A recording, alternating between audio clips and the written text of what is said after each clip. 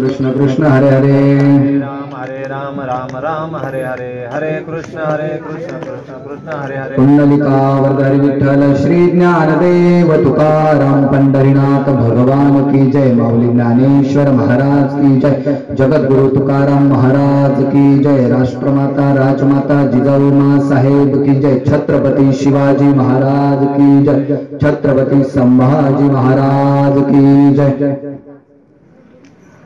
यांती देवव्रतः देवान पितॄन् यांती पितृव्रतः भूतानि यांती भूतेजा मद्याजिनोपिमाम।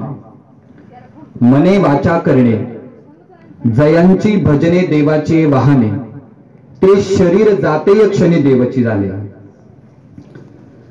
ब्रह्मानंदम परमसुखदम केवलम ज्ञानमूर्तिम दन्वातीतं गगनसदृशं तत्त्वमस्यादिलक्ष्यम् एकं नित्यं विमलमचलं सर्वदि साक्षिभूतं भावान्तितं त्रिगुणरहितं सद्गुरुतं नमामि।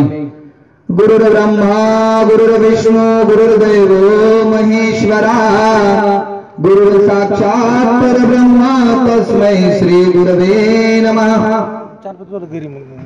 नमो सद्गुरु तुकया ज्ञानदीपा नमो सद्गुरु सच्चिदानंद रूपा नमो सद्गुरु भक्त कल्याण मूर्ती नमो सद्गुरु भास्करा पूर्ण कीर्ती जयांचे केलिया स्मरण होय सकळ विद्यांचे अधिकरण तेजी बंधू श्री चरण श्री गुरूंचे ते नमस्कार नियाता प्रतीप चंद्र लेखेव वर्धिष्णुर विष्णु वंदिता शाह सुनो शिव सईशा मुद्रा भद्राय राजते। मने वाचा करणी जयांची भजने देवाची वाहने ते शरीर जाते क्षणी देवची झाले। आज या ठिकाणी स्वर्गीय सीताबाई बादशाह भागवत यांच्या दशक्रिया विधीच्या निमित्ताने दुःखित अंतकरणाने जमलेले सर्व नातेवाईक आप्तेष्ट त्याचप्रमाणे आपल्या सर्वांच्या सर्वांगीण जीवनाला स्पर्श करणाऱ्या सामाजिक राजकीय धार्मिक शैक्षणिक क्षेत्रामध्ये काम करणारे सर्व पाहुणे मंडळी या ठिकाणी उपस्थित आहेत। खरं तर स्वर्गीय सीताबाई मावशींबद्दल आणि त्यांच्या कुटुंबाबद्दल आपण सर्वजण ज्ञात आहातच, तरी देखील प्रोटोकॉल म्हणून थोडीशी माहिती देणं माझं आद्य कर्तव्य म्हणून जीवनामध्ये अशिक्षित आणि अडाणी असताना सुद्धा अंतकरणामध्ये व्यावहारिक ज्ञान अंतर्ज्ञान जपून आपल्या प्रपंच आणि समाज रचनेमध्ये माणसानं माणसाची माणसासारखं वागावं असं काहीसं आंतरिक ज्ञान ज्या माऊलीला प्राप्त झालं होतं। मोठ्या कष्टातून आपलं हे कुटुंब परिवार उभा केला। पूर्वीच्या काळी आर्थिक परिस्थिती हलाखीच्या असल्या कारणानं दुसऱ्याकडे मोलमजुरी करून जीवन जगलं आणि स्वतः अशिक्षित असल्यानं शिक्षणाचं महत्व त्यांना समजलं होतं। म्हणून आपल्या मुलांना खऱ्या अर्थानं ती जखम भरून काढण्यासाठी शिक्षित केलं। मुलं समाज रचनेमध्ये स्वतःच्या पायावर सक्षमपणे उभी राहतील आणि त्यांना काहीतरी व्यावहारिक ज्ञान मिळेल असं काहीसं शैक्षणिक आणि उत्तम संस्काराचं बीजारोपण करून आपली मुलं घडवली। खरं तर कुटुंब आणि नातेवाईकांमध्ये मोठ्या बाई म्हणून प्रसिद्ध असणारं आणि सर्वांना हवहवसं वाटतं हे व्यक्तिमत्व। काही माणसं पाहिली भेटली की परत परत भेटावी वाटतात, काही माणसं एकदा पाहिली भेटली की परत भेटावं आणि पाहावं असं त्यांच्याकडे वाटतच नाही। तो अंतकरणातला शोध अभिव्यक्ती स्वातंत्र्य स्वतःबद्दलचं परमात्म्याबद्दलचं आणि समाजाबद्दलचं ते नेहमी प्रकटीकरण होत असतं। आणि म्हणून या आईला कळस म्हणून की काय सर्वांनी आपल्या या प्रपंचाचा डोलारा उभा केल्यानंतर सर्वांनी भरभरून प्रेम दिलं आणि या आईच्या जीवनाची सार्थकता झाली। त्यांच्या दशक्रिया विधीच्या निमित्ताने ही प्रवचन रूपी सेवा आहे। प्रवचनासाठी निवडलेला श्लोक पवित्र अशा ज्ञानेश्वरी ग्रंथातील 9व्या अध्यायातील अतिशय उच्चीचा श्लोक आहे। मने वाचा करणी जयांची भजने देवाची वाहनी ते शरीर जाते क्षणी देवाची झाले। माणसं जगतात पण अमरत्वाचे अंगारखे फार सगळ्यांनाच मिळतात असं नाही। स्वामी विवेकानंदांसारखा माणूस 3 वर्ष शिकागो गाजवतो, आल्याच्या नंतर संपूर्ण भारत भ्रमंती करतात आणि अमरनाथाचं दर्शन घेतल्यानंतर गुरुजी आता मी तुमच्याकडे येतोय असं म्हणत सहज देह ठेवणारे स्वामी विवेकानंद. कधी कधी आम्ही विचार करावा, रामदास स्वामींनी देह ठेवताना आपल्या शिष्यांना सांगावं, उपदेश करावा, माझी काया आणि वाणी गेली म्हणाल अंतःकरणी, पर मी असे जगज्जीवनी निरंतर असं म्हणत शिष्यांना उपदेश केला आणि अलगद देह ठेवला. समाधीस्थ होत असताना ज्ञानोबा रायांनी नामदेवरायांकडे पाहावं, नामदेवरायांनी म्हणावं, नदीची या माशा घातलेचे मांजवन आणि तैसे जन्मन कालवले असं म्हणत असताना सहज समाधीस्थ होणारे ज्ञानोबा राय प्रयाण काळाच्या वेळेस आकाशाकडे पाहून आपल्या मुखातून अंतःकरणाला भेटणारी वाणी त्या तुकोबारायांनी निघाली. अंतकाळी विठू आम्हासी पावला आणि कुणी सहित झाला गुप्त तुका, झाला वाडेवळ उभा पांडुरंग, वैकुंठा श्रीरंग बोलावितो असं म्हणत असताना असणारे जगद्गुरु तुकोबाराय. अशा कित्येक लोकांनी अमरत्वाचे अंगारकी घातले. बालपणात आम्हास काहीच कळत नाही, तरुणपणात कळण्यासाठी आणि वळण्यासाठी धडपड असते. म्हातारपणात सगळं कळतंय वळतंय, पण सगळंच कळलं आणि सगळंच वळलं असं देखील नाही. त्यासाठी माणसाला परिमत प्रज्ञ व्हावं लागतं आणि परिमत प्रज्ञ झाला तरी स्थितप्रज्ञ होता येईलच याची काही खात्री नाही. कारण जो स्थितप्रज्ञ झाला तो आत्मरत होतो, आत्मरत झाला तो आत्मतृप्त होतो आणि आत्मतृप्त झाला तो आत्मपर्याप्त होतो. हे शब्द ऐकायला जरी जड असले तरी फार महत्वाचे आहे. कारण अलीकडच्या काळामध्ये मनुष्य भौतिक सुखामध्ये डौलाने फिरू लागला, पण त्याच्या पंखातला डामडौल हा आतला ऍटिट्यूड नसून तो बाहेरचा दिखावा असतो आणि त्यामुळं पॉझिटिव्ह एनर्जी लॉस होऊन माणसं आत्महत्येकडे वळली. याचं कारण आहे त्यांना अमरत्वाच्या अंगरखे पांघरताच आले नाही. या समाज रचनेमध्ये आपली मुलं उभा करताना त्यांच्या पंखामध्ये आत्मविश्वासाचं बळ भरा, जेणेकरून ती एका समाज रचनेमध्ये एका विशिष्ट उंचीवर जाऊन पोहोचतील. या आईसारखी एखादी आई उभी राहते, आपल्या पोरांच्या पंखांमध्ये आत्मविश्वासाचं बळ भरते आणि खऱ्या अर्थानं समाज रचनेमध्ये ही मुलं एका विशिष्ट उंचीवर जाऊन पोहोचतात. आजच्या या प्रसंगी स्वर्गीय बादशाह दादांचं सुद्धा स्मरण करावं लागेल. अतिशय हालाकीची परिस्थिती असताना, आर्थिक विवंचने ते कुटुंब असताना दुसऱ्याकडे साल महिने घातले आणि खऱ्या अर्थानं आपल्या कुटुंबाचा प्रपंचाचा डोलारा उभा केला. ही पाचही भावंडी आज जर आपण पाहिली तर आज सक्षमपणे स्वकर्तृत्वावर स्वतःच्या पायावर सक्षमपणे उभे आहे. या कुटुंबामध्ये थोरले अण्णासाहेब गरिबीचे चटके सोसत हालाकीच्या परिस्थितीवर मात करत त्यांनी आपलं कुटुंब उभा केलं आणि आज सक्षमपणे स्वतःच्या पायावर उभा आहे. कुठल्याही प्रकारचा राजकीय वारसा नसताना किरण भाऊंसारखं व्यक्तिमत्व राजकारणात एका विशिष्ट उंचीवर जाऊन पोहोचतं, हे त्यांचं कर्तृत्व आहे. मच्छू असेल, सुरेश असेल, आपापल्या पद्धतीने आपल्या जीवनामध्ये सेटल आहे. तात्याभाऊ सारखं व्यक्तिमत्व या समाज रचनेमध्ये हजारो मित्र जोडतं. माणसं जोडावी कसं हे तात्याभाऊकडून शिकावं. क्रिकेट खेळाच्या माध्यमातून प्रसिद्धी झोतात येणारा हा तरुण भविष्यामध्ये उत्तम वाटचाल केल्याशिवाय राहणार नाही यात काही शंका नाही. म्हणजे आम्ही जर विचार केला तर हे कुटुंब आपल्या बरोबर इतरांचाही विचार करणारं कुटुंब आहे. सातत्याने माझ्यासारख्या सर्वसामान्य कुटुंबातील तरुणाला आपल्या जीवनामध्ये यशस्वी करण्यासाठी या कुटुंबाचे माझ्यासारख्या तरुणावर अनंत उपकार आहेत. अण्णाभाऊंचे असतील, किरण भाऊंचे असतील. म्हणजे आपल्या बरोबर इतरांनाही या समाज रचनेमध्ये यशस्वीतेकडे घेऊन जाणार हे कुटुंब माझ्यासारख्या अनेकांसाठी प्रेरणा स्रोत आहे. आणि म्हणूनच आपण जर खऱ्या अर्थाने विचार केला तर ही मुलं आज ज्या संस्काराच्या बळावर उभी आहे याचं संपूर्ण श्रेय स्वर्गीय बादशाह दादा असतील, स्वर्गीय सीताबाई मावशी असतील आणि आज या भावंडांबरोबर राहणाऱ्या त्यांच्या मातोश्री आमच्या मावशी आदरणीय सुमन मावशी असतील. या सर्वांच्या संस्कारातून ही मुलं घडली आणि आज समाज रचनेमध्ये एका विशिष्ट उंचीवर जाऊन पोहोचली. मग खऱ्या अर्थाने जर आम्ही विचार केला तर माणसाला स्थितप्रज्ञ होता येईल, आत्मरत होता येईल, आत्मतृप्त होता येईल, पण आत्मपर्याप्त होता येईल की नाही हे मला सांगता येणार नाही. कारण या तीनही गोष्टी झाल्या की मनुष्य पूर्णात्मा म्हणून गौरविला जातो. आता आमची धडपड असते ते जगण्याच्या आणि मरण्याच्या काळामध्ये काहीतरी राहिलंय आणि ही धडपड आयुष्यभर आमच्या अंतःकरणाला बोथणी करत राहते. मग खऱ्या अर्थानं जर विचार केला तर भौतिक सुखामध्ये मनुष्य प्रगत झाला, पण आत्महत्येचं प्रमाण जर पाहिलं तर 98.50% लोक आत्महत्या करणारी सुशिक्षित आहेत. फक्त 2% लोक अशिक्षित आहेत, कारण त्यांना जगण्याचं बळ होतं. पॉझिटिव्ह एनर्जी लॉस होऊन माणसं आत्महत्येकडे वळली, कारण त्यांना अमरत्वाच्या अंगठीत पांघरता आले नाही.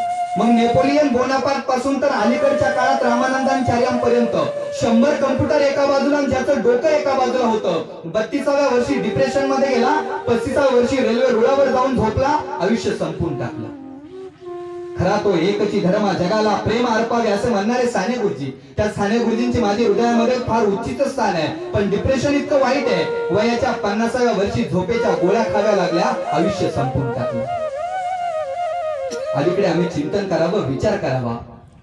आम्ही भौतिक सुखाने आता आम्ही जगतोय ते भौतिकतेने जगतोय, आणि भौतिकतेने जगल्यामुळं मनुष्याच्या हातून क्रियाकर्म चुकलं की माणूस आयुष्य संपून टाकण्याचा विचार करतो.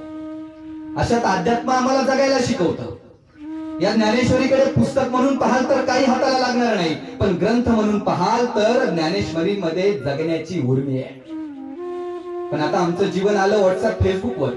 व्हॉट्सअपला आलेले मेसेज पुढे फॉरवर्ड करत राहायचे. त्यात काय स्वतःची बुद्धी लागते, काय स्वतःचा बुद्ध्यांक आहे, काय योग्यता आहे. आपल्या दारातला, आपल्या घरातला कचरा दुसऱ्याच्या दारात उचलून फेकल्यासारखा आहे.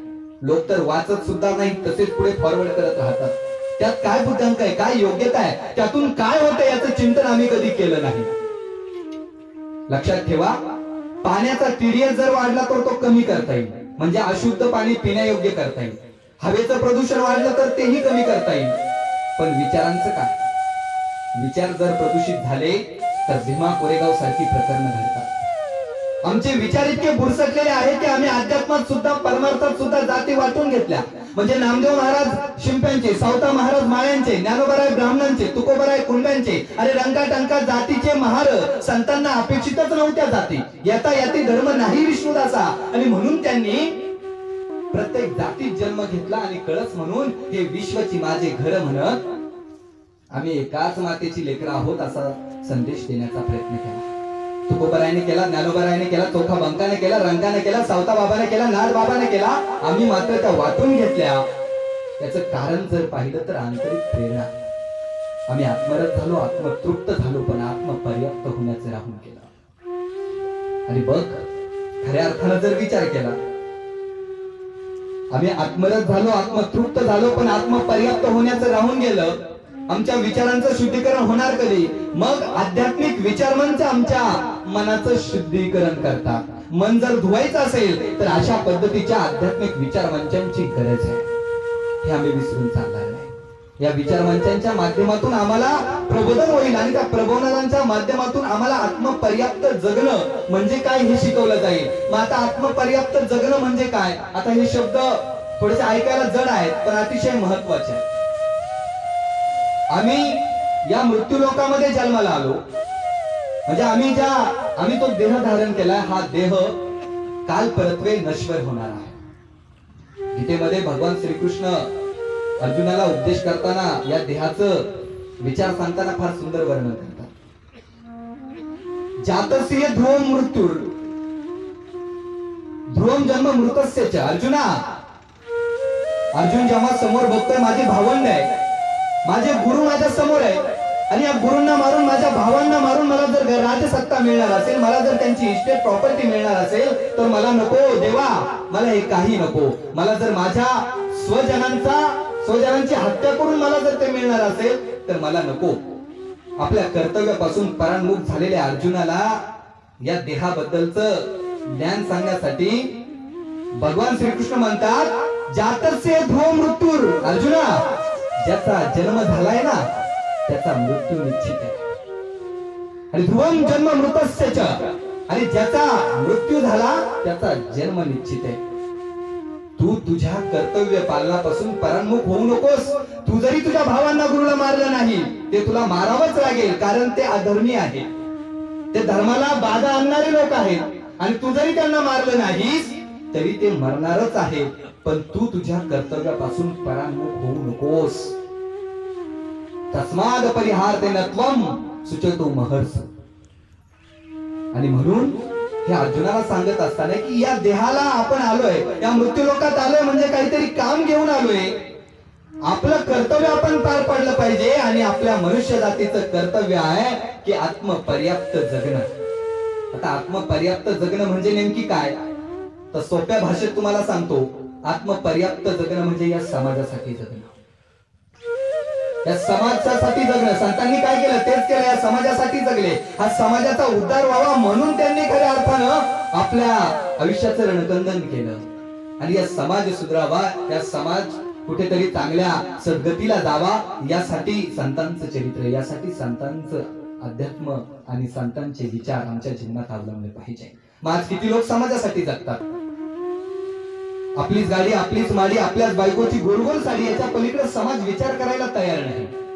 स्वार्थाने बरबटलेला समाज स्वहिताचं बघतो, मात्र या समाजाचा आम्ही काहीतरी देणं लागतो ही भावना आज आमचा समाज विसरून गेला. मग खऱ्या अर्थानं आम्ही जर पाहिलं तर समाजाला प्रेरक होणारी पिढी आम्हाला निर्माण करायची आहे. पण आज जर पाहिलं तर आम्हाला 99% कुटुंबामध्ये हाच प्रश्न दिसतो की आमची मुलं आमचं ऐकत नाहीत. थोडा मोठ्यांचा सोडा, स्वतःच्या आई वडिलांचा आदर करत नाहीत. आणि मग ह्या विवंचनेत आम्ही कुठं चाललोय हा प्रश्न आमच्या समोर आहे. मग लक्षात ठेवा, मने वाचा करणी, मन वाचा आणि करणी,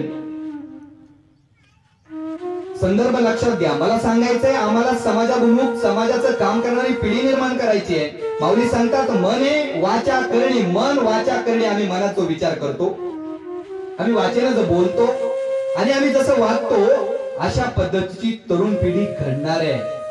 आमच्या घरात जे लहान बाळ असतं ना त्याच्यावर संस्कार करण्याची जबाबदारी आई वडिलांची असते. आणि मात्र अप्रत्यक्ष आणि प्रत्यक्षरित्या त्या मुलावर संस्कार कसे होतात तर आपण घरामध्ये जसं बोलतो, जसं वागतो, जसं करतो त्याचं अनुकरण ती मुलं करतात आणि त्याच्या पद्धतीची पिढी घडत असते.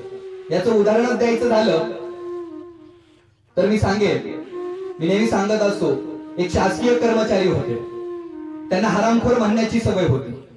ऑफिसात गेले का शिपायाला म्हणायचे का रे हरामखोरा, तुला कळत नाही का. घरी आले की बायकोला म्हणायचे का ग हरामखोर, तुला समजत नाही का.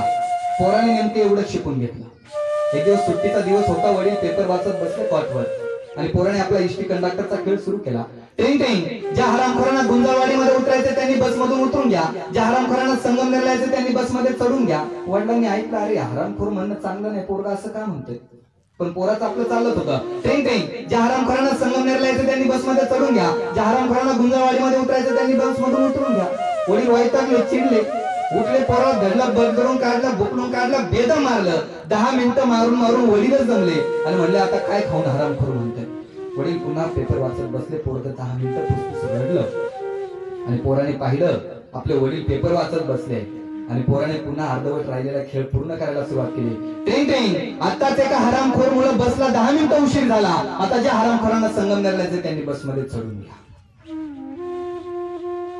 याच महाराष्ट्रात बापाला हरामखोर म्हणणाऱ्या मुलांना हसायची सवय लागली आणि आमची इतिहासच बदलून गेला. लक्षात ठेवा, आमची तरुण पिढी आम्हाला घडवायची असेल, समाजाला प्रेरक आणि समाजाला हितावह पिढी आम्हाला घडवायची असेल, आत्मपर्याप्त जगणारी पिढी जर आम्हाला घडवायची असेल तर खऱ्या अर्थानं आम्हाला ती पिढी घडवण्यासाठी त्यांच्या पुढे असे काही आदर्श ठेवावे लागतील की ज्या आदर्शातनं ती पिढी घडेल.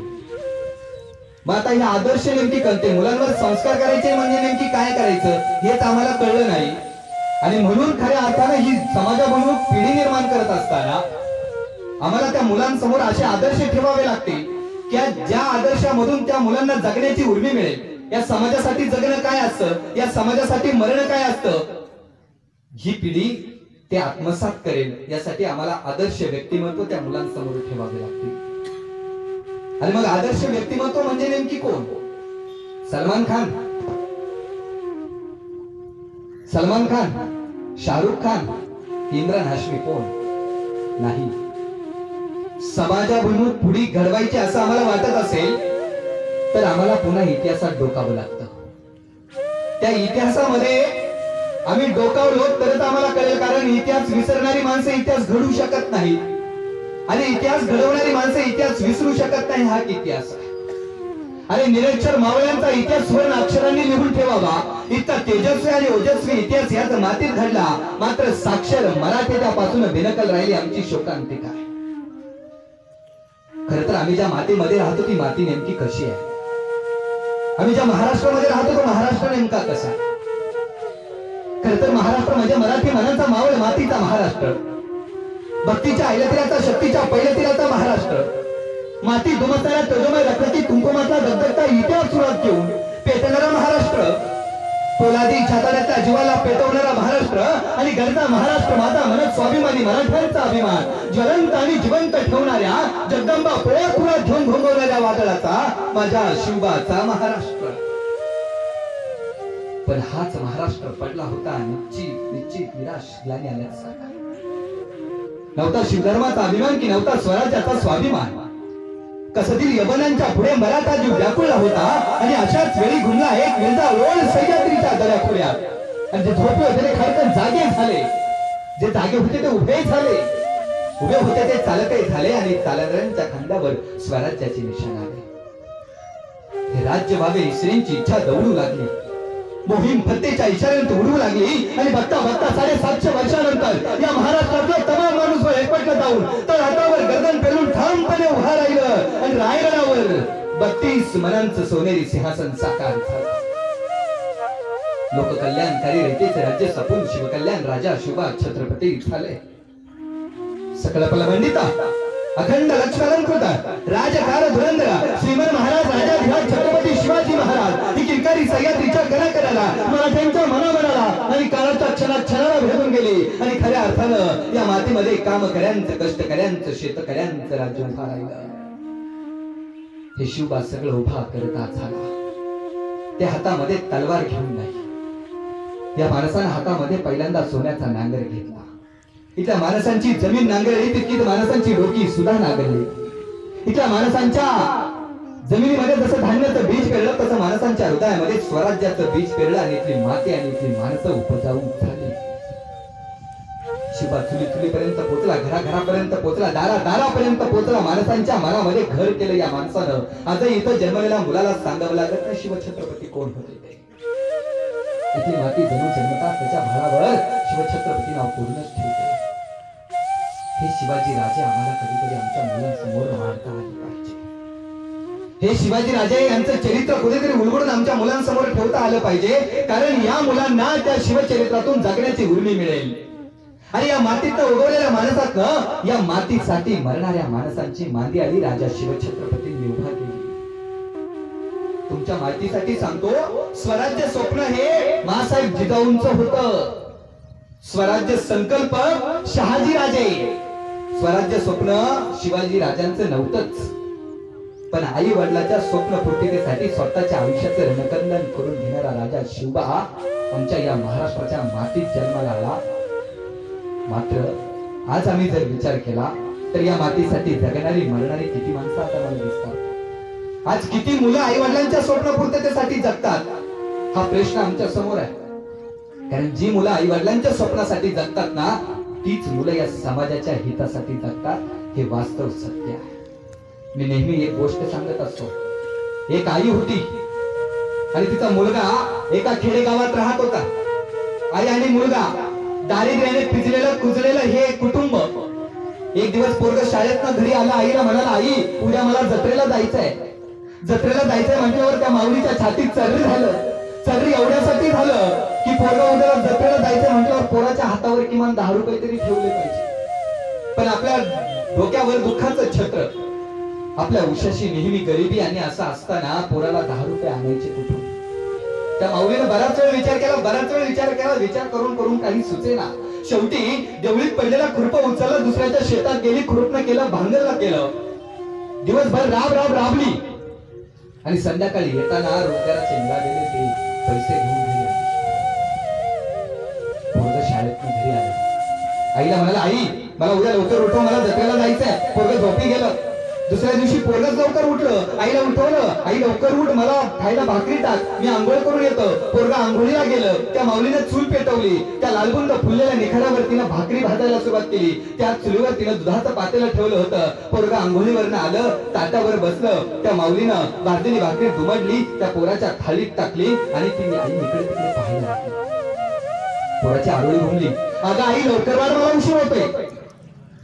त्या चुलीवर तिनं दुधाचं पातेलं ठेवलं होतं, ते दुधाचं पातेलं लालबुंद गरमागरम झालं होतं. ते दुधाचं पातेलं उतरवण्यासाठी तिला काहीतरी पाहिजे होतं, पण सापडत नव्हतं. ती इकडे तिकडे शोधते, पण पुन्हा एकदा पोराची आरोळी घुमली, अगं आई लवकर वाढ, मला उशीर होतोय.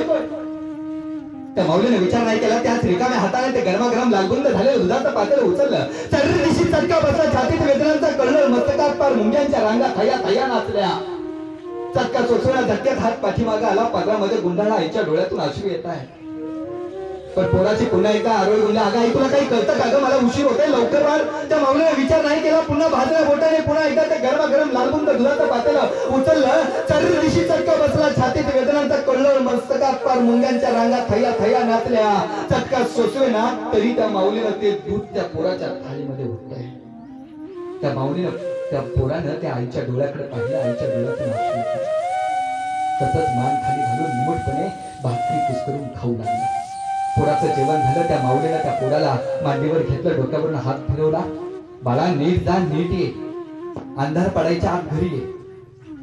आणि पदराला 10 रुपयाची ठेवलेली नोट तिने पोराच्या हातावर ठेवली आणि सांगितलं, काहीतरी खा याचं, काहीतरी घे याचं, उपाशी राहू नकोस. पोराने 10 रुपये घेतले, उड्यात मारत गेलं जत्रेला. दिवसभर गरगर गरगर फिरणारे पाळणे बघितले, जिलेबी बघितली, बत्ताशे बघितले, हारपून गेलं, आनंदून गेलं, बहरून गेलं जत्रेत. आणि अंधार पडायला लागला, तसं पोरग परतायला लागलं. आणि त्याची आई दारात बसून त्या मुलाची वाटच पाहत होती.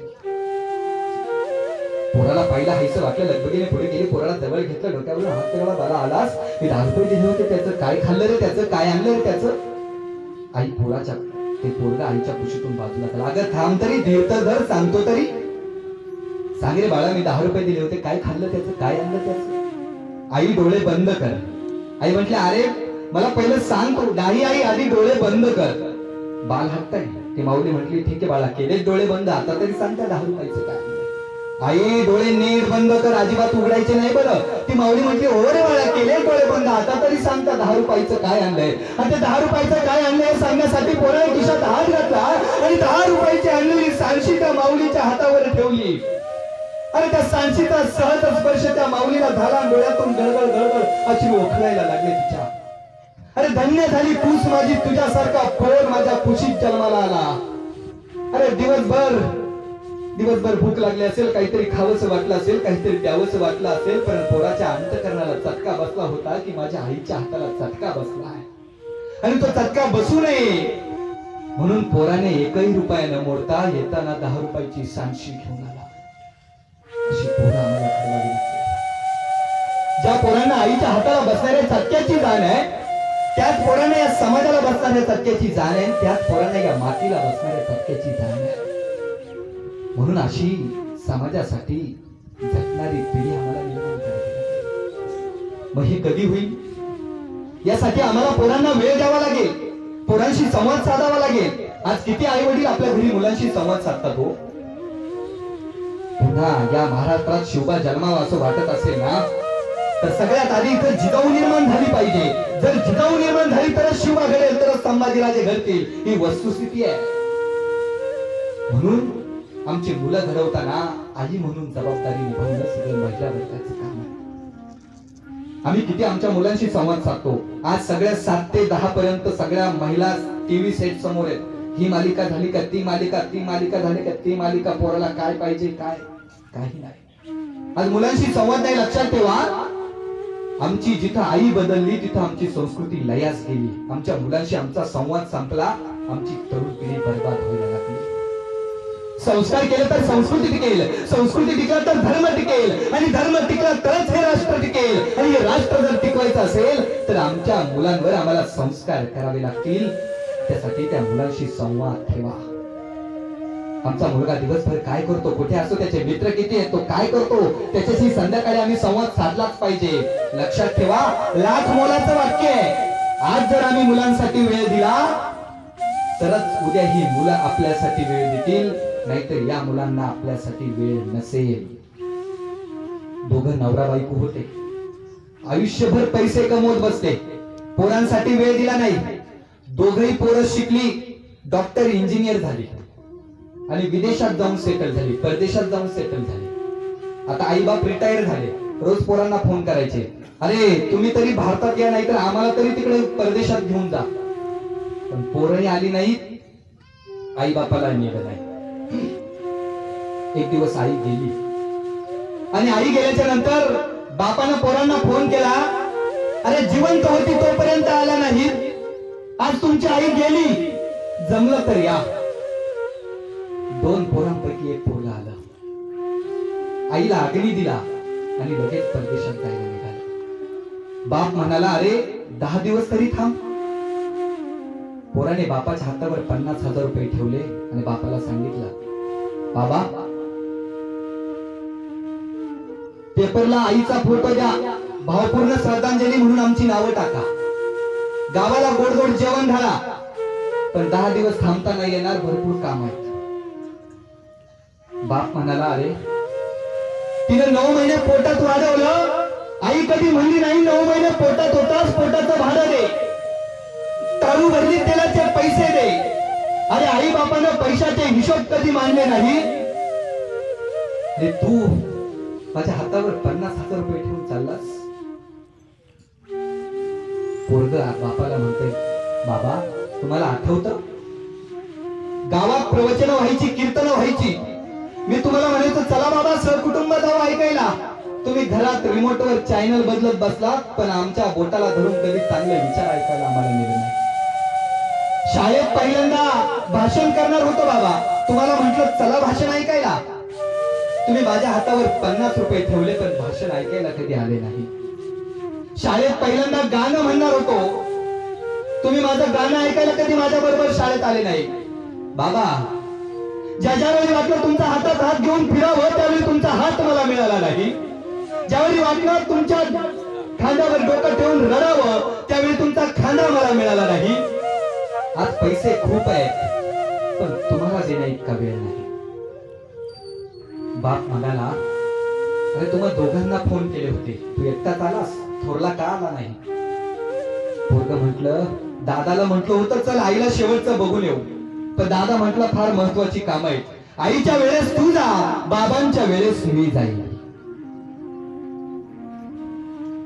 दिवसांसाठी आई बापाला वाटून घेणारी पोरं या समाजात जन्माला येतील आणि यासाठी ती पिढी नाही तर आपली पिढीचा गाफीलपणा कारणीभूत आहे, लक्षात ठेवा.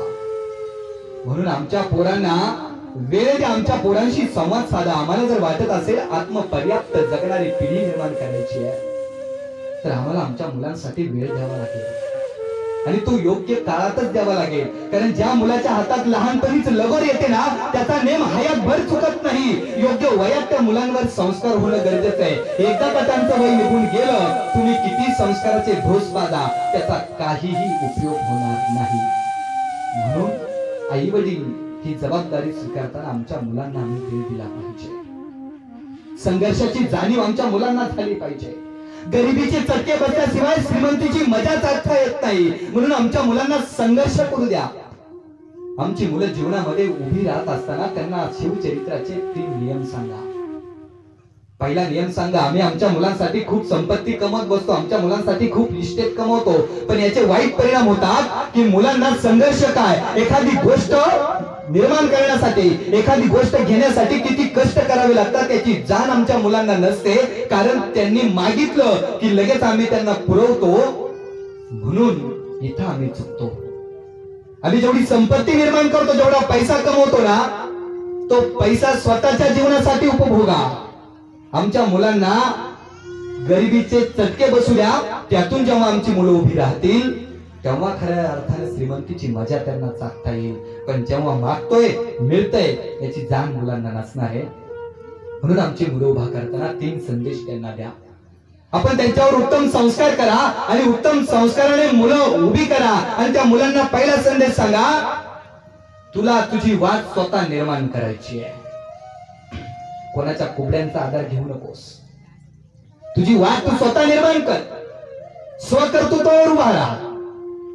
दुसरा संदेश आमच्या मुलांना सांगा, जी माणसं पायाने चालतात ती अंतर कापतात आणि जी माणसं डोक्याने चालतात ती ध्येयापर्यंत पोहोचतात. आमच्या मुलांना नुसतं अंतर कापायला शिकवू नका, तर ध्येयापर्यंत पोहोचवण्यासाठी त्यांचं डोकं वापरायला सांगा. आणि तिसरी गोष्ट आमच्या मुलांना सांगा, आमच्या डोक्यात आणि आमच्या शेतात काय पिकतं यापेक्षा बाजारात काय विकतं हे ज्या मुलांना कळतं तोच समाज उभा राहतो. आमच्या मुलांना अशा संघर्षात उभं करा. अरे संघर्ष काय असतो? छत्रपती शिवाजी आणि छत्रपती संभाजी महाराजांनी गर्भातच संघर्ष पेललाय.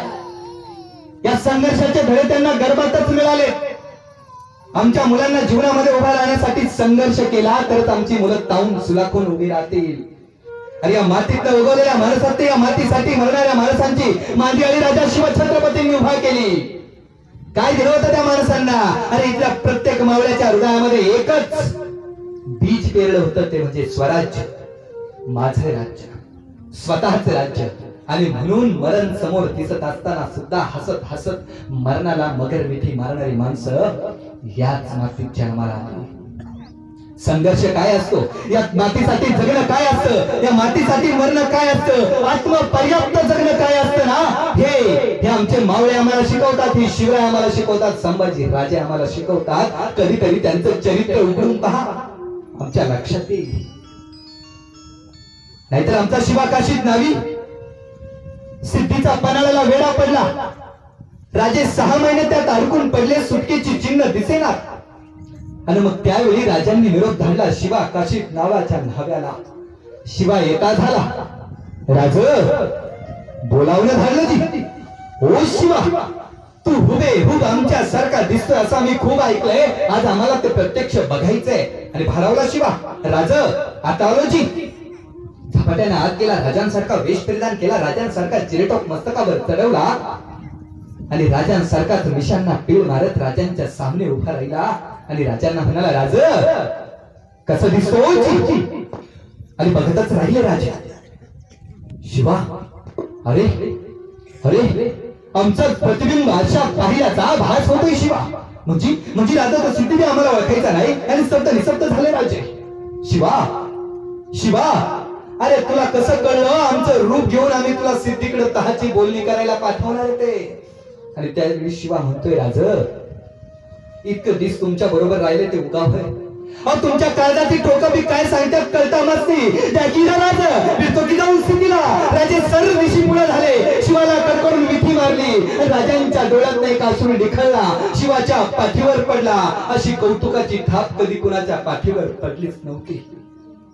या कौतुकाच्या थापेने शिवा भारावला, बेत ठरला. शिवाजी राजांनी खलिता सिद्धीला पाठवला. शिवाजी राजे भोसले स्वतः येतोय तहाची बोलणी करायला आणि सिद्धी खुश झाला. आखिर आयात जो हात सिकंदर अब दिखाएंगे. आणि आता शिवाजी राजे स्वतः येतात म्हटल्यावर या सैन्याचा वेड्याचा काय फायदा? सगळं सैन्य ढिलं संत झालं. आणि या ढिलाईचा फायदा राजांनी घेतला. 2 पालख्या सजवल्या. एका पालखीत स्वतः बसले, संगतीला घेतलं बाजी प्रभूला आणि विशाळगडाच्या रोखाने निघाले. आणि दुसऱ्या पालखीत बसवलाय शिवा काशीद नावाचा न्हावी. शिवाजी राजांचं रूप घेऊन सिद्धीकडे तहाची बोलणी करायला. इकडे सिद्धी वाटच पाहतोय. राजांची पालखी आली. आज से कदम पडला सरकला, सिद्धी पुढे झाला. आओ शिवाजी राजे. आणि त्यावेळी राजे पालखीतनं खाली उतरले. आणि त्याच वेळी 2 संशयी डोळे रोखले होते शिवरायांवर. राजांचं शामियानातनं पाऊल आत पडतात ते फुटफुटले होते. हे शिवाजी नाही हो सकता. थबकला सिद्धी.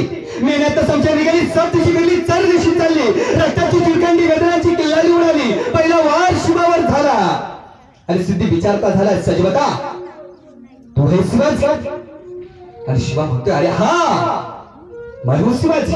पुन्हा एकदा संशय गेली, सब दिशी चर दिशी चालली. रक्ताची चिरकांडी वेदनाची किल्लारी उडाली. आणि सिद्धी विचारतोय, सजवता तू हे शिवाजी? आणि शिवा म्हणतोय, अरे हा मैं शिवाजी. मग मात्र सिद्धी वळला त्या संशयी 2 डोळ्यांकडे. ते संशयी 2 डोळे होते अफजल खानाचा मुलगा फाजल खान. आणि सिद्धी त्याला विचारतोय, तुम कैसे कैसे कहो शिवाजी नहीं हो सकता. और त्यावेळी फाजल खान म्हणते, हुजूर मैंने देखा है शिवाजी राजे को. अफजल खानाच्या वधाच्या वेळी मी शिवाजी राजांना पाहिलंय. हे जर खरे शिवाजी असतील तर अफजल खानाच्या वधाच्या वेळी कृष्णा भास्कर कुलकर्णीनं या शिवरायांच्या मस्तकावर तलवारीचा वार केलाय. हे जर खरे शिवाजी असतील तर त्यांच्या मस्तकावरती वाराची खून पाहिजे. आणि मग सिद्धी वळला शिवाकडं. शिवाच्या डोक्यावरचा जरे टोप चालला गेला. वाराची ती खून नव्हती. शिवा सापडला. पुन्हा एकदा संशयबिली सातदिशी चार दिवशी चालली. रक्ताची चिलखंडी वेदनाची किल्लारी उडाली आणि रक्ताच्या चिलखंड्या फुलवीत गर्दनावर आली तलवार. आणि सिद्धी विचारतोय, मरने से पहले आखिरी बार पूछ रहा हूं, सच बता तू है शिवाजी? अरे त्यावेळी शिवा म्हणतो, अरे हा, अरे जन्माला जरी शिवा काशीद म्हणून आलो असलो तरी मरताना मात्र शिवाजी महाराज म्हणून मरतोय. हे भाग्य काही थोडं झालं का? अरे आमच्याच वाटेवर येऊन आमच्याशीच वाटमारे करणाऱ्याची त्याच्या वाटेवर जाऊन वाट लावल्याशिवाय आणि आमच्या वाटेवर परतत नाही हा इतिहास आहे आमचा. तुला या शिवाची छाती फोडता आली नाही, तू माझ्या राजाची पाठ काय धरणार? उभे शरीरभर पसरलं रक्त. रक्तात झालेला शिवा मातीत ढासळला. धप्पदिशी पडला. डोळे डोळे ओठ हल्ले. श्वासाने माती उंच उडाली आणि त्या उंच उडालेल्या मातीला शिवा सांगत राहिला, सांगा माझ्या राजाला, सांगा माझ्या राजाला शिवा गेला, मातीत मेला. अरे पण नुसता मातीत नाही मेला तर मातीसाठी मेला. अरे मातीत मरणारे कैक असतात पण मातीसाठी मरणारे फक्त मराठी असतात हे सांगत राहिला. आणि एक धगधगता स्वराज्याचा दिवा विझला. माहिती राजांनाही होतं आणि माहिती शिवालाही होतं, या उपर भेट नाही. राजांच्या डोळ्यात एक अश्रू निखळला, शिवाच्या पाठीवर पडला. कारण राजांना माहित होतं या उपर शिवाची माझी भेट नाही. आणि शिवाला माहित होतं मी तहाची बोलणी करायला नाही तर मी मरणाच्या दारात चाललोय, मी तिथून जिवंत येऊ शकत नाही. याला म्हणतात आत्मपर्याप्त जगणं. या मातीसाठी मरणं काय असतं, या मातीसाठी जगणं काय असतं ना, तिच्या प्रत्येक मावळ्याच्या बलिदानात आम्हाला दिसतं आम्ही किती या समाजासाठी जगतो, आम्ही किती या मातीसाठी जगतो. हा प्रश्न आमच्या समोर आहे. लक्षात ठेवा, मने वाचा करणी दयांची भजने देवाची वाहनी, ते शरीर जाते क्षणी देवाची झाले. आपण जसं बोलतो जसं वागतो तशी कृती करतो. या समाजाभिमुख आम्ही जर वागत असू तर आम्ही जाण्यानं आम्ही देवरूपाला जाणार आहोत. ज्यावेळी आमचा अंतकाळ येईल त्यावेळी आम्ही देवरूपाला जाऊ. म्हणून आमचं जगणं समाजाभिमुख असलं पाहिजे. म्हणून आमचं जगणं आत्मपर्याप्त असलं पाहिजे. यासाठी आम्ही काय केलं पाहिजे, यासाठी आम्ही काय केलं पाहिजे हे आम्हाला संत विचारातून आत्मपर्याप्त जगण्याचं अमृत घ्यायचंय. आणि ते अमृत प्राशन करून आम्हाला पुढे मार्गक्रमण करायचंय. म्हणून शिवा काशीद असेल किंवा कोणताही मावळा असेल, राजे छत्रपती शिवाजी महाराज ज्याच्या वेळी मरण आलं त्यावेळी स्वतः मरणाला भिडले. त्यांची पद्धत अशी नाही लढे सिपाही और नाम सरदार का, अजिबात नाही. प्रत्येक कामगिरीसाठी वेगळा मावळा आणि प्रत्येक कामगिरीसाठी जिथं मरण आलं तिथं राजे स्वतः भिडले. याला म्हणतात आत्मपर्याप्त जगणं. आणि म्हणून मने वाचा करणी जयांची भजने देवाची वाहने. आम्ही जसं बोलणार जसं वागणार तशी आमची मुलं घडणार. मी नेहमी सांगत असतो, एका गावात एक पाटील होता. पाटील असा गॅलरीतनं वरतीच फिरायचा, खाली काही येत नव्हता, जाडजूड होता जरा. आणि पाटील गॅलरीतनं फिरायला लागला की त्या गावातलं एक पोरग पाटील फिरायला लागला कसं खालून वर पाटला पाहायचं आणि पाटलाला म्हणायचं, पाटील जिवंत आहे तोपर्यंत बरं आहे पण मेल्यावर कसं होणार, 4 जणांना तरी झेपल का? पाटील म्हणला काय हे कसं बोलतोय, काही चांगलं बोलणं काही चांगलं वागणं याला असं शिकवलंय का? काहीतरी चांगलं बोलावं, तब्येत कशी कमी होईल, आरोग्य कसं चांगलं राहील, कमेल्यावर कसं होईल, 4 पोरांना झेपल का? वरती आला म्हणे, या पोराला पकडून वरती आणलं म्हणे, काय रे तुझ्या बापाने हे शिकवलं का तुला? चांगलं बोलता येत नाही का? डांबून ठेवा म्हणे पोराला रूम मध्ये डांबून ठेवलं. बापाला बातमी कळली, बाप पळतच आला, पाटील अहो पोराला कोंडून ठेवलं, काय झालं? म्हणे काय रे हे संस्कार केले का तुझ्या पोरावर? तू काही चांगलं बोलायला शिकवलं की नाही? पोरग म्हणते मेल्यावर कसं होणार, 4 जणांना झेपल का? बाप म्हटला पाटील पोरगच ते, त्याला काय कळते? अहो मेल्यावर कुठं संवेदना जागा असतात का? नाही 4 जणांना झोपलं तर हातपाय तोडून नेऊ काय असतं त्यात? म्हटलं पोराचा दोष नाही, हे बेनच खराब आहे, यालाही कोंडून ठेवा म्हणे.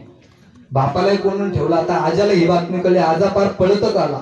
पाटील पाटील काय झालं? नातवाला कोंडलं, पोराला कोंडलं, काय झालं काय नेमके? म्हणे हे संस्कार केले का नातवावर पोरावर?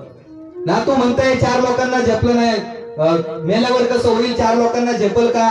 तुझा मुलगा म्हणतोय नाही झेपलं तर हातपाय तोडून नेऊ. म्हणे पाटील मेल्यावर रुपयावर जात नाही, काय कमी आहे पाटलाला देऊ वाड्यालाच काढी लावून. आम्ही जे पेरणार आहे तेच उगवणार आहे. म्हणजे आम्ही कुटुंबात जसं बोलतो, जसं वागतो ना, हे परिणाम आमच्या मुलांवर होणार आहे. आमचे संवाद घरात कसे असतात? पूर्वीच्या काळी आजी आजोबा मुलांना जवळ घ्यायचे आणि रामायच्या, श्रीकृष्णाच्या, शिवाजींच्या, संभाजींच्या गोष्टी मुलांना सांगायचे. आज आमच्या आजी आजोबाच मुलांचा संवाद कसा आहे? आज आमचा आजच पोराला सांगतोय, एक होता राजा, त्याच्या 2 राण्या, एक आवडती एक नावडती. मग पोरग तेच करतोय कॉलेजला गेल्यावर, 2 राण्या, एक आवडती एक नावडती. माझा मित्र एक फार सुंदर असं सांगत असतो, आजी म्हणते आजोबांना झोपेत का बडबडता? आजी म्हणते आजोबांना झोपेत का बडबडता? का कुणाला विचारता डान्स बार कधी उघडता? तुमचं खरं रूप आता होऊ लागलंय लीक, तारुण्यातली ब्रँडी म्हणे मारू लागली किक. आजोबा म्हणतात आजीला आगं वेडे असं कधी घडतं का? आजोबा म्हणतात आजीला आगं वेडे असं कधी घडतं का? जुनं झालं कुकर म्हणून शिट्या मारणं सोडतं का? आता आमचे संवाद कुटुंबात जर असे असतील तर आमच्या मुलांकडून आम्ही काय अपेक्षा करायची, हे मोठा प्रश्न आहे. म्हणून मने वाचा करी जयांची भजने देवाची वाहने, अशी परिस्थितीच आता राहिली नाही, अशी परिस्थितीच आता उरली नाही. आणि म्हणून मन याच्या बाबतीत चिंतन करायचं झालं तर मन नेमकी कुठं आहे, या मनाच्या बाबतीत चिंतन करायचं. मन नेमकी कसं काम करतं? तर माऊली सांगतात मन 3 गोष्टींनी काम करतं. एक अहमता, ममता आणि वासना. अहमता आली की ममता येते, ममता आली की वासना प्रदीप्त होते आणि मग जीव जातो तो मनापर्यंत. अहमता, ममता आणि वासना, वासनेचा ठसा डायरेक्ट मनावर उमटतो. याचं उदाहरणच द्यायचं झालं तर एका माणसाला 4 मुलं आहेत आणि आता जमीन वाटून द्यायची. आता जमीन वाटून द्यायची म्हटल्यावर गावातल्या लोकांना बोलवलं, जमीन वाटून दिली. गावातल्या माणसांनी जमीन वाटून दिली. जमीन वाटून झाल्यावर सगळ्या साहित्याची वाटप झाली आणि सगळं वाटून झाल्यावर राहिलं फक्त एक मांजर. आता पोरं म्हणते आम्हाला ते मांजर सुद्धा वाटून पाहिजे. लोक म्हटले आता मांजर वाटून कसं द्यायचं बा? पण प्रत्येक गावात बुद्धिमान माणसं असतात, आपल्याही गावात बुद्धिमान माणसं आहेत. त्यातले एक फार हुशार होतं, ते म्हटलं असं करा, तुम्ही 4 भाऊ म्हणे हो, आणि मांजर एकच म्हणे हो. म्हणजे आता एक काम करा, एक एक पाय वाटून घ्या म्हणे. काय करा? एक एक पाय वाटून घ्या आणि ज्या पायाला जखम होईल ना किंवा काही दुखापत झाली ना, त्या पायाचे उपचार ज्याच्या पायाचे त्यांनीच करायचे. आता मांजरच महार असते. मांजर आणि म्हातारी माणसं कधी एका जागेवर शांत बसत नाही. अजून पुढे जाऊन सांगू का? एक जण तर मांजर फार त्रास देतोय म्हणून जंगलात सोडायला गेला, फार खोल अरण्यात गेला आणि अशा ठिकाणी गेला की रस्ता चुकला. शेवटी मांजराच्या पाठीपाठी मागं घरी आला. कळलं तर उद्या याच्यावर विचार करा. म्हणजे मांजर आणि म्हातारी माणसं कधी एका जागेवर शांत बसत नाही. ते मांजरच ते गेलं थोरल्याच्या घरी दूध प्यायला. आता दूध प्यायला गेलं, दुधाचा तोट झाला पालथा आणि मांजराचा पाय भाजला. आता भाजला तो धाकल्याच्या वाट्याला आलेला भाजला. आता धाकल्याने मलम आणला, चिंध्या आणल्या, त्या पायाला मलम लावला, चिंध्या बांधल्या, पण मांजरच ते दुसऱ्या दिवशी परत गेलं दूध प्यायला. आता चुलीतल्या आग्नीनं त्या चिंध्या पेटल्या आणि आता पाय पेटला आणि पाय पेटल्या बरोबर मांजराने पळायला सुरुवात केली. इतकं पळालं, तिन्ही भावांची घरं जाळून टाकली आणि आता कोर्टात केस उभी राहिली. वकील आलाय तिघांचा, म्हणजे तुमची घरं जळाली म्हणे. हो जळाली. कशी काय जळाली? म्हणजे ते धाकल्याच्या वाट्याला जो पाय आला होता त्याला त्यांनी चिंध्या बांधल्या, त्या पेटल्या आणि त्याच्यामुळे आमची घरं जळाली. आता धाकल्याने आम्हाला आमच्या घरांची भरपाई करून द्यायची.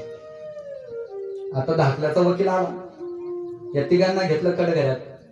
म्हणजे तुमची घरं जळाली म्हणे. हो जळाली. कशी जळाली? म्हणे त्या धाकल्याच्या वाट्याला जो पाय आला होता त्याला चिंध्या बांधल्या, त्या पेटल्या, त्याच्यामुळे आमची घरं जळाली. धाकल्याच्या वाट्याला आलेल्या पायामुळे आमची घरं जळाली. म्हणे मांजराला चालायला कोणत्या पायाने त्रास होत होता? म्हणे धाकल्याच्या पायाने. मांजराला दुखापत कोणत्या पायाला झाली होती? म्हणे धाकल्याच्या पायाला.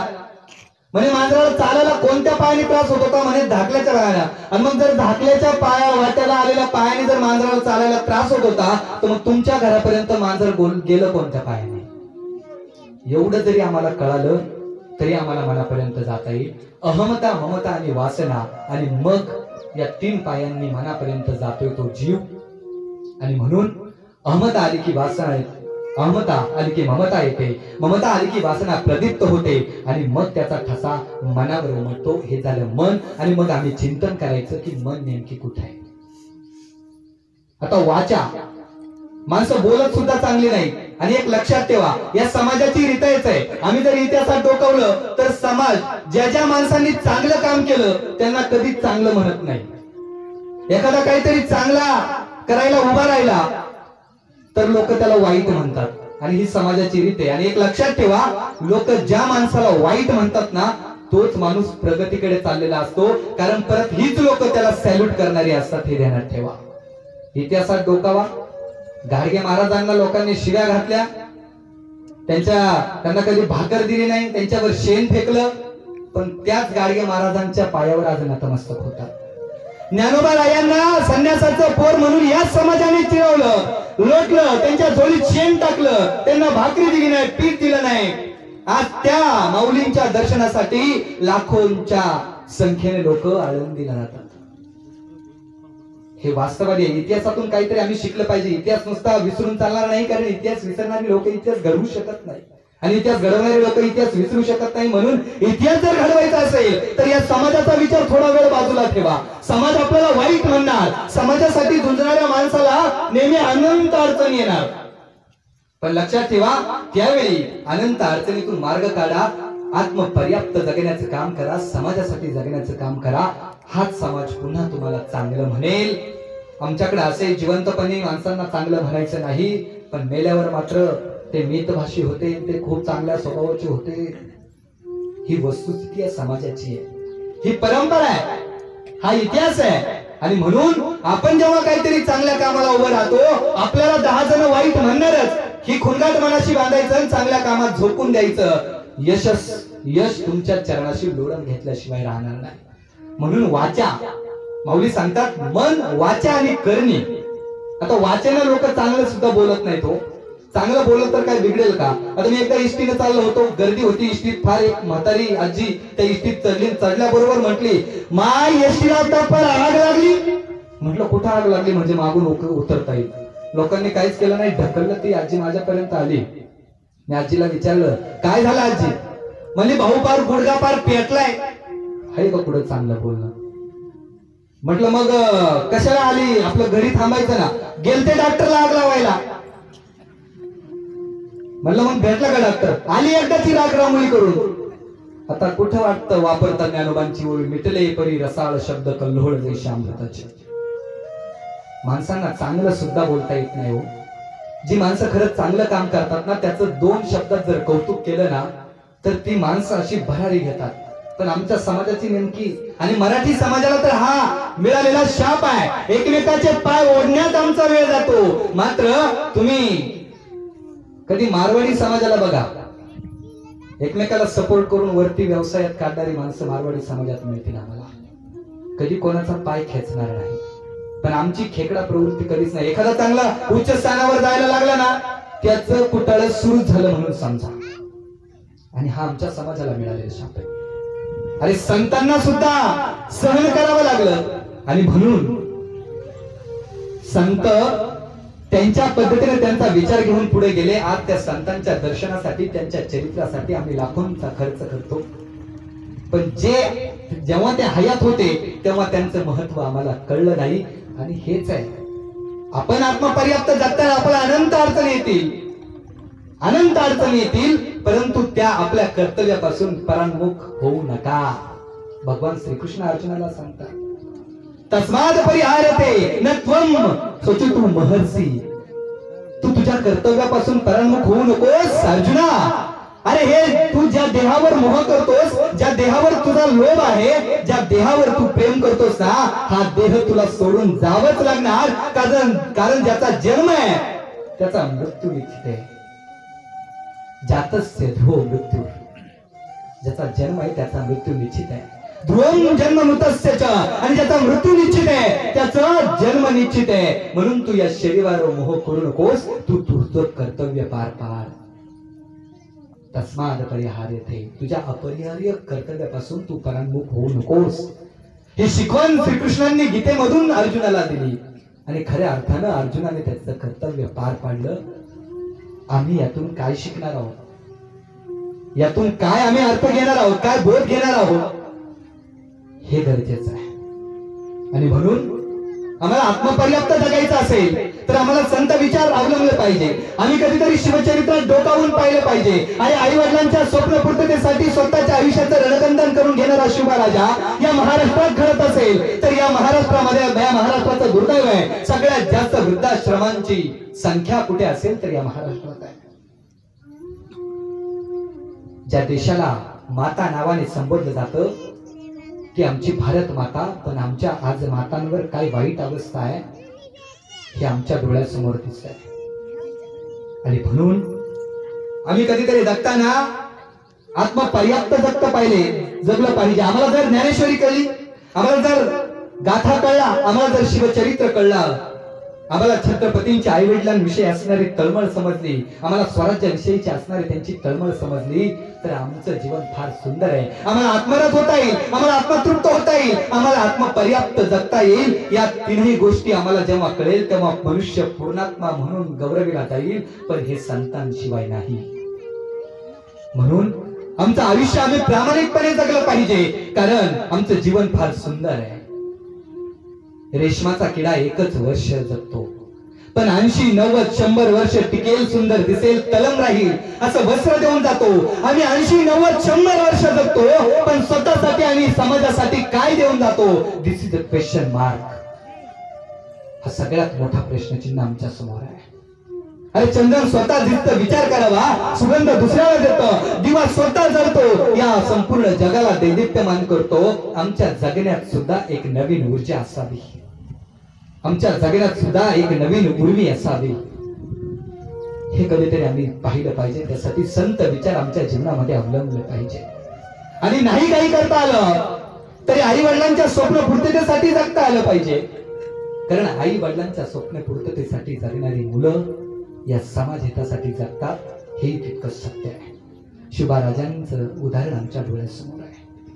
आणि म्हणून आम्हाला गीताही सांगता येईल, आम्हाला गाथाही सांगता येईल, आम्हाला वेदही सांगता येईल, आम्हाला ज्ञानेश्वरी सांगता येईल, पण काळानुसार आमची कीर्तन प्रवचनं बदलली पाहिजे. आज समाजाला ज्या विचारांची गरज आहे ते विचार आम्ही समाजासमोर मांडले पाहिजे. आम्ही तो समाज आम्ही आठवला तर त्यावेळी वेदांचा, शास्त्रांचा, धर्माचा नाश होत चालला होता. म्हणून संतांनी त्यावेळी धर्म, शास्त्र, वेद काय हे सांगितलं. आज आम्हाला समाजासाठी झटणारी पिढी निर्माण करायची, म्हणून आम्ही त्या संत चरित्राचा आधार घेऊन आमची कीर्तन प्रवचन बदलवली पाहिजे. समाजाला जे पाहिजे ना ते द्या. आज इथं पुराण कथा सांगत बसलो तर त्यातून शून्य होईल, परंतु आज इथं बसलेल्या या समुदायामध्ये एका व्यक्तीने जरी शिवचरित्राचा एक वसा अवलंबला आणि आपल्या मुलांवर उत्तम संस्कार केले, आपल्या मुलांना पाहिजे तेव्हा वेळ दिला, तर या समाजाला चांगली हितावह असणारी पिढी आम्हाला घडवता येईल, हे तितकंच सत्य आहे. म्हणून मने वाचा करणी जयांची भजने देवाची वाहनी. आम्ही मन वाचा करणी एकत्र करून त्या देवाच्या, त्या भगवंताच्या चरणावर वाहिलं पाहिजे, ते परमात्म्याला लीन झालं पाहिजे. आणि जी माणसं जशी बोलतात, तशी वागतात आणि जशी कृती करतात ना, ती जगाला वंदनीय होतात आणि ते अंत काळामध्ये देव स्वरूपाला जातात. मने वाचा करणी दयांची भजन देवाची वाहनी, ते शरीर जाते एक शरीर देवाची झाले. हीच अभिलाषा आजच्या या प्रवचनातून आम्ही करणार आहोत. खऱ्या अर्थाने आम्ही जर विचार केला तर आमच्या जीवनामध्ये आमच्या आईवडिलांचं फार महत्व आहे. आम्ही या आईवडिलांना विसरून कधी चालणार नाही. या आईवडिलांचं कर्तृत्व आम्ही आमच्या जीवनामध्ये कधीतरी जोपासलं पाहिजे. त्या आईवडिलांच्या तोंडाकडे, त्यांच्या पायाकडे पाहून आम्ही कधीतरी वाटलं पाहिजे. त्या बापाच्या टाचेला पडलेला भेगा आम्हाला सांगतायत की अनंत अडचणी सहन करून आणि हलाखीच्या परिस्थितीवर मात करून आम्ही वैभव उभा केलाय. या प्रवचनाच्या नचनाच्या माध्यमातून स्वर्गीय सीताबाई मावशींचं स्मरण, स्वर्गीय बादशाह दादांचं स्मरण यासाठी करावं लागेल की आपली आर्थिक परिस्थिती नसताना दुसऱ्याकडे साल महिने घातले आणि आपल्या या पाचही भावंडांना उत्तम संस्कारानं उभं केलं. आज या पाचही भावंडांकडे पहा, सक्षमपणे स्वतःच्या पायावर उभे, शून्यातून स्वकर्तृत्वातून आई वडिलांचं संपूर्ण जीवन दुसऱ्याकडे मोलमजुरी करण्यात गेलं. पण ही मुलं आज स्वकर्तृत्वावर उभी आहे. गरिबीचे चटके सोसत परिस्थितीवर मात करा अन्नासारखा तरुण या ठिकाणी समाज रचनेमध्ये उभा राहतो. कुठलाही राजकीय पाठिंबा नसताना, कुठलाही राजकीय वारसा नसताना किरण भाऊंसारखं व्यक्तिमत्व राजकारणाच्या एका विशिष्ट उंचीवर जाऊन पोहोचतोय. हे त्यांचं कर्तृत्व आहे. बच्चू सुरेश त्याच्या जीवनामध्ये सेटल आहे. तात्या भाऊ सारखा माणूस या समाज रचनेमध्ये हजारो मित्र जोडतो. क्रिकेट खेळाच्या माध्यमातून खऱ्या अर्थानं नावलौकिक करतो आणि भविष्य काळामध्ये तो यामध्ये वाटचाल निश्चित करेल यात शंका नाही. हे सगळं श्रेय आदरणीय स्वर्गीय बादशाह दादा असतील, स्वर्गीय सीताबाई मावशी असतील आणि आज त्या भावंडांसोबत राहणाऱ्या त्यांच्या मातोश्री आदरणीय सुमन मावशी असतील, यांच्या संस्कारांना त्याचं श्रेय जातं. आमच्या मुलांना या समाज रचनेमध्ये उभं करताना त्यांच्या पंखामध्ये आत्मविश्वासाचं बळ भरा. गरिबीचे चटके त्या मुलांना सोसू द्या, म्हणजे श्रीमंतीची मजा त्या मुलांना चाकता येईल. मी वारंवार सांगत असतो, मुलांना जेव्हा लगेच मागल त्या वस्तू त्यांना पुरवू नका. त्या वस्तूसाठी झुंजणं काय असतं ते आमच्या मुलांना शिकवा. म्हणून आमच्या मुलांवर संस्कार करा, तरच आमची मुलं या समाजासाठी जगतील, आत्मपर्याप्त जगतील, आमच्या आईवडिलांच्या स्वप्नासाठी जगतील. एक गीतकार फार सुंदर वर्णन करतो. विसरू नको रे आई बापाला, विसरू नको रे आई बापाला, झिजविली त्यांनी काया, काया झिजवून तुझ्या शिरावर धरली सुखाची छाया रे वेड्या. मिळणार नाही पुन्हा आई बापाची माया, मिळणार नाही पुन्हा आई बापाची माया. तुझं मिळेल बंगला गाडी, शेतीवाडी मोटर गाडी, तुझं मिळेल बंगला गाडी, शेतीवाडी मोटर गाडी. आई बाप मिळणार नाही ही जाण राहू दे थोडी. म्हातारपणी आई बापाला, म्हातारपणी आई बापाला लावशील भीक मागाया. काया झिजवून तुझ्या शिरावर धरली सुखाची छाया रे वेड्या. मिळणार नाही पुन्हा आई बापाची माया, मिळणार नाही पुन्हा आई बापाची माया. तुझं मिळतील बायका पोर, गणगोत्र मित्र परिवार, स्वार्थाने बरबदलेला हा मायेचा बाजार. बुंदी लाडूच्या पंक्ती बसवशी, बुंदी लाडूच्या पंक्ती बसवशी, नंतर तुझे वाया. काया झिजवून तुझ्या शिरावर धरली सुखाची छाया रे वेड्या. मिळणार नाही पुन्हा आई बापाची माया, मिळणार नाही पुन्हा आई बापाची माया. म्हणून आमच्या आईवडिलांना आम्ही कधी विसरायचं नाही. आमच्या आईवडिलांचं कर्तृत्व आम्ही कधी जोपासलं पाहिजे. बाबा आमटे त्यांच्या जीवनातला एक सुंदर प्रसंग सांगतात. बाबा आमटे सांगतात, प्लेगची साथ आली, नवरा मेला आणि नवरा मेल्यानंतर ते कुटुंब उघड्यावर पडलं. प्लेगची साथ आहे, माणसं पटापट मरायला लागली. नवरा मेल्यानंतर त्या आईनं 2 पोरं आपली उचलली, कडेवर धरली आणि जोरात भयान वेगानं बाबा आमटेंच्या दवाखान्याकडे ती पळते. सगळा जंगलाचा रस्ता आहे, काट्या कुट्या त्या रस्त्यात आहे. थोड्या अंतरावर गेलं, लक्षात आलं उजव्या कडेवर असलेला मुलाचा ताप वाढला आणि जसा ताप वाढतोय ती भयान वेगाने पळत सुटली, भयान वेगाने पळते. पुन्हा लक्षात आलं पोराच्या तोंडाला फेस आला. ती माऊलीचे अंतकरण बघा, खूप पळते, वेगाने पळते, पायामध्ये काटे बोलते, पाय रक्तभंबाळ झालाय, पण जीवाचा आकांत एकच आहे, माझी पोरं जगली पाहिजे. भयान वेगाने पळते पळते पळते आणि पुढे गेल्यावर पोराने मान टाकली आणि लक्षात आलं उजव्या कडेवरचं पोरग मेलं. एक जिवंत पोरग एक मेलं. त्या आईचं हृदय काय म्हणत असेल? या मेलेल्या पोराला रस्त्यात सोडावं तर कोली कुत्री खातील आणि माझं हे जिवंत पोरग डॉक्टर पर्यंत गेलं पाहिजे. मेलेल्या पोराला बाजूला ठेवलं, त्याच्यावर पाला पाचोळा टाकला, काट्या रचल्या आणि भयान वेगाने जिवंत पोरग घेऊन पुन्हा डॉक्टरकडे पळत सुटली. बाबा आमटेंच्या दवाखान्यात आली. बाबा आमटेंकडे ते पोरग दिलं आणि डोळ्यातून अश्रू येत आहेत. ती माऊली डॉक्टरला म्हणते, डॉक्टर मी जरा जाऊन येऊ. डॉक्टर म्हटलं, अरे तुला काही वेळ लागला का? तुझं हे पोरग मरणाच्या दारात असताना तू कुठं चाललीस? त्यावेळी ती माऊली म्हणते, डॉक्टर अश्रू ढालते आणि डॉक्टरला म्हणते, डॉक्टर हे पोरग जिवंत आहे हो, हे तुमच्याकडे दिले म्हणजे जगणारच आहे, पण ते मेलेल्या पोराला जर मी मूठ माती दिली नाही ना तर माझ्या पोराला कोली कुत्री खातील हो. असं म्हणत दसा रडत भयान वेगाने पळत सुटली. मेलेल्या पोराजवळ आली, खड्डा उतरला, त्या खड्ड्यात त्या पोराला टाकलं, वरतून काट्या रचल्या आणि पुन्हा भयान वेगाने पळत आपल्या जिवंत पोराकडे आली. ती आई असते. आईचं अंतकरण काय असतं ना ती एक आईच समजू शकते. कोणत्याच आई बापाला असं वाटत नाही की माझ्या मुलांचा नाश व्हावा, माझी मुलं ही बिघडावी किंवा त्यांचं वाटोळं व्हावं, असं कोणत्याच आई वडिलांना वाटत नाही. अगदी आम्ही आई वडिलांना सांभाळलं सुद्धा नाही ना तरी ते आई वडिलांना आपण जरी दिसलो ना तरी ते भरभरून आशीर्वाद देत असतात. हे आई वडिलांचं अंतकरण असतं. या आईच्या दुष्क्रियेच्या निमित्ताने मी हीच प्रेरणा या प्रवचनातून आपण घेणार आहोत की आमच्या मुलांनी, आमच्या तरुणांनी एवढं थोडाशी ध्येय बाळगलं पाहिजे की आम्ही जगणार तर आई वडिलांच्या स्वप्नासाठी, आम्ही मरणार तर आई वडिलांच्या स्वप्नासाठी. जी मुलं आई वडिलांच्या स्वप्नासाठी जगतात आणि मरतात तीच मुलं इतिहास घडवतात. म्हणून शिवबाराजे आज 350 वर्षानंतरही त्यांच्या समोर आम्ही नतमस्तक होतो. ही ताकद आई वडिलांच्या सेवेशी आहे. आई वडिलांची सेवा केल्यानंतर साक्षात परमात्म्याला सुद्धा या मृत्यू लोकात यावं लागतं आणि त्या विटेवर उभा राहावं लागतं. ही ताकद आई वडिलांच्या सेवेत आहे.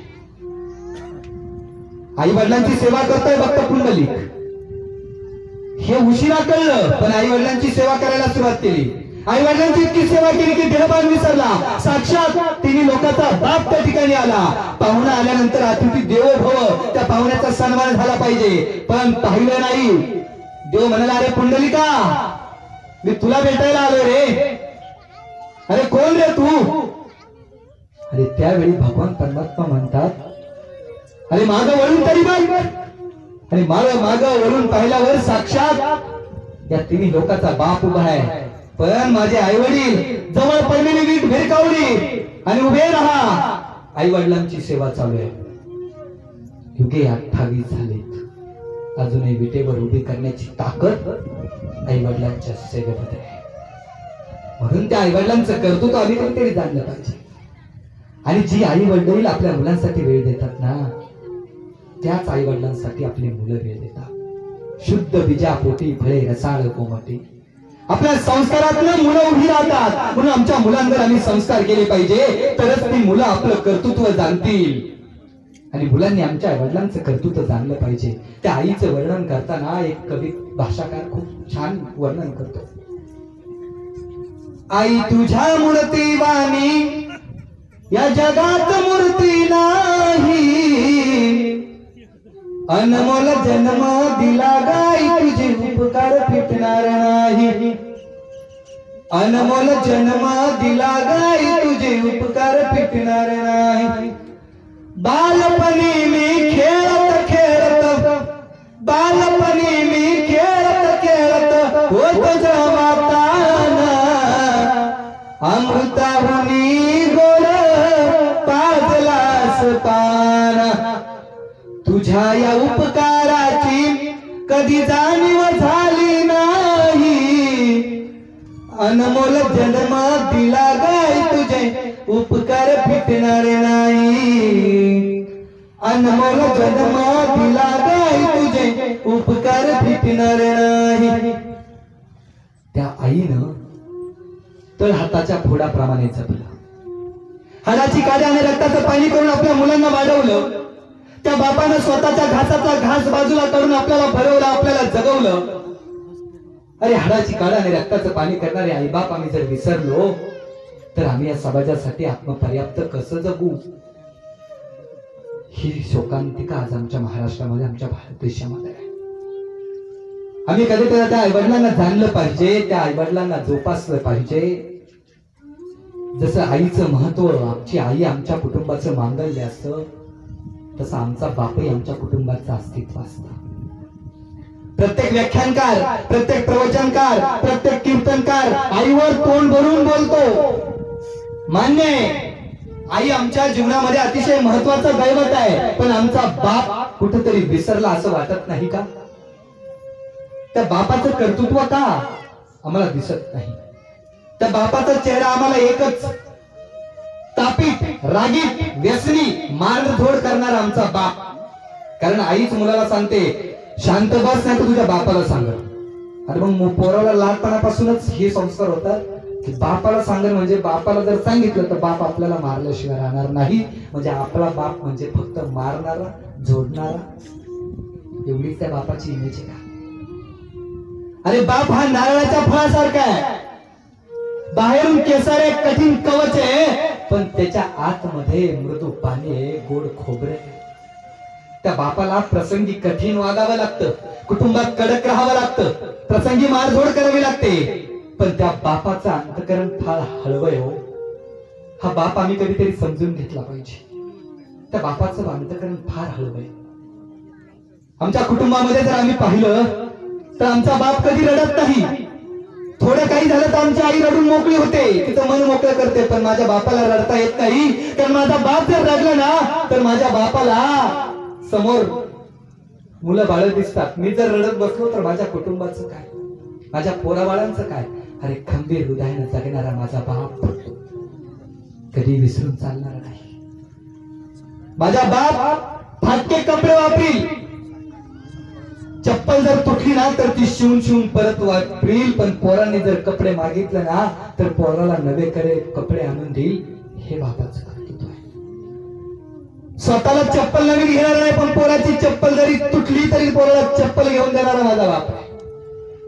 आमच्या पोरांचं दुखलं खुपलं तर स्वतःच्या पाटकोळी घालून देणारा बाप, स्वतःच दुखणं अंगावर काढणारा माझा बाप, हे कधी आम्ही विसरून चालणार नाही. त्या बापाचं कर्तृत्व कधीतरी आम्ही जाणलं पाहिजे, त्या बापाचं कर्तृत्व आम्ही कधीतरी जोपासलं पाहिजे.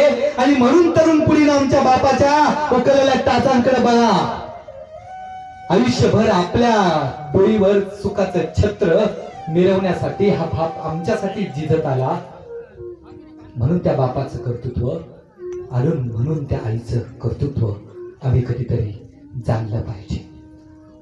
आणि म्हणून जाता जाता एक त्या बापाविषयीच्या 2 ओळी तुमच्या अंतःकरणाला भिडतील अशा 2 ओळी मी सांगणार आहे.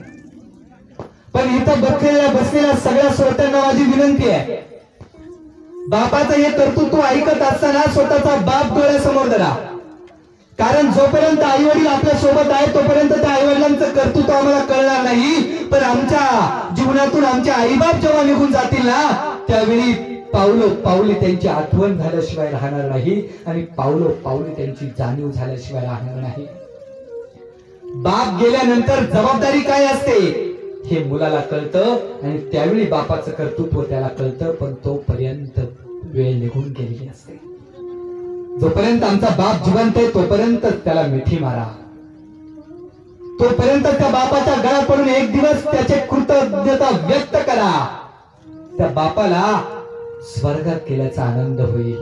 जिवंतपणे स्वर्ग जर दाखवायचा असेल ना तर आमच्या आई वडिलांचं कर्तृत्व आम्ही जाणलं पाहिजे, बस बाकी काही नाही. तो मुलगा आई वडिलांच्या स्वप्नासाठी झुंजतो, मरतो, जगतो, तो देवाला प्रिय असतो आणि त्याच्या हातूनच समाजाची देवाची सेवा करेल, हे तितकंच महत्वाचं आहे. म्हणून आमच्या आई वडिलांचं कर्तृत्व झाला, म्हणून आमच्या वडिलांचं कर्तृत्व जोपासा. आणि म्हणून त्या बापाविषयी 2 ओळी या ठिकाणी निश्चित म्हणाव्या लागतील. कारण प्रत्येक बापाचं कर्तृत्व आपल्या मुलांना उभं करण्यासाठी आहे, प्रत्येक बापाचं कर्तृत्व आपल्या मुलांच्या आयुष्यासाठी आहे. बाप जर नसता तर आपण घडलो नसतो, ज्यांचे बापाचं छत्र डोक्यावरून हरपलं ना, त्या मुलांना कुटुंबाची जाणीव. जोपर्यंत आपल्या कुटुंबात बाप आहे ना, तोपर्यंत आपल्याला कुटुंबात काही पाहावं लागत नाही. पण ज्या दिवशी आईबाप आपल्याला सोडून जातात ना, त्या दिवशी त्या संपूर्ण कुटुंबाची जबाबदारी आपल्या खांद्यावर येते. आणि मग आपल्याला कळतं की बाप होणं किती अवघड आहे. आणि मग वाटतं माझ्या बापाने माझ्यासाठी खूप केलं, पण त्यावेळी ते ऐकायला आणि ते पाहायला बाप नसतो. म्हणून आम्ही वेळीच सावध व्हा, आम्ही वेळीच सावध व्हा. कारण ज्याचा जन्म झालाय त्याचा मृत्यू निश्चित आहे. ज्याचा मृत्यू झाला त्याचा जन्म निश्चित आहे. म्हणून आम्ही या मृत्यू लोकात जन्माला आलोय. मग आम्ही काय केलं पाहिजे, आम्ही कसं जगलं पाहिजे, ही उर्मी या संत चरित्रातून आम्ही आजमावली पाहिजे. म्हणून जाता जाता त्या बापाविषयी 2 ओळी. मला कसं तरी होत या बाप लोकाचा बघताना, माझा कंठ दाटतोया गोष्ट बापाची ऐकताना. मला कसं तरी होत या बाप लोकाचा बघताना, माझा कंठ दाटतोया गोष्ट बापाची सांगताना. खवाचनी फाटलेलं सुई दोऱ्यानं शिवलेलं, माझ्या बापाच्या धोतराला सदा त्रिगाळ जोडलेलं. असे जत्रा गावाची बापा परगावी जायाचा, असे जत्रा गावाची बापा परगावी जायाचा. उधार पाधार कपड पुराणायचा, उधार पाधार कपड पुराणायचा. जुन्या फाटक्यानं बाप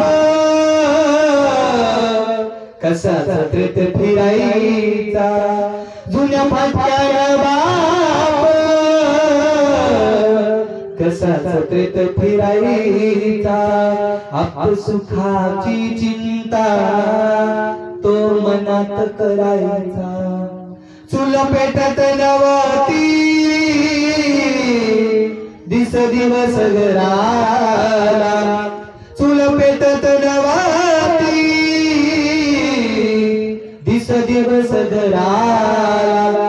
पायी भरदानासाठी बाप गावात फिरला, पायी भरदानासाठी बाप गावात फिरला. बाप मनात झुरायचा लग्न लेकीच करीना, बाप मनात झुरायचा लग्न लेकीच करीना. धांगा ढोंगा हुंड्यासाठी शेत मळ्याला ऐकीन, धांगा ढोंगा हुंड्यासाठी शेत मळ्याला ऐकीन. आमचं दुखलं खुपलं पाणी डोळ्यात आणायचा, आमचं दुखलं खुपलं पाणी डोळ्यात आणायचा. घालून पाटकुळी डॉक्टर लावायचा, घालून पाटकुळी बाप डॉक्टर लावायचा. बाप मनात झुरायचा लग्न लेकीच करीना, धांगा ढोंगा हुंड्यासाठी शेत मळ्याला ऐकीन. असा कष्टाचा बाप जवा सोडून गेला, असा कनवाळू बाप जवा सोडून गेला. त्याच्या लेकराचा जीव कसा वनवासी झाला, त्याच्या लेकराचा जीव कसा वनवासी झाला. मला कसं तरी होतला बाप लोकाचा बघताना, माझा कंठ दाटतोया गोष्ट बापाची सांगता. म्हणून श्रोते मायबाप, मने वाचा करणी जयांची भजने देवाची वाहनी ते शरीर जाते क्षणी देवची झाले. या भक्तीप्रमाणे आम्ही आमचं मन वाचा करणे एकत्र करून त्या परमात्म्याचं भजन केलं पाहिजे. त्या परमात्म्याच्या चरणाशी लीन झालं पाहिजे आणि या समाजासाठी आत्मपर्याप्त जगलं पाहिजे. अशीच अभिलाषा आजच्या या प्रवचनातून करूया.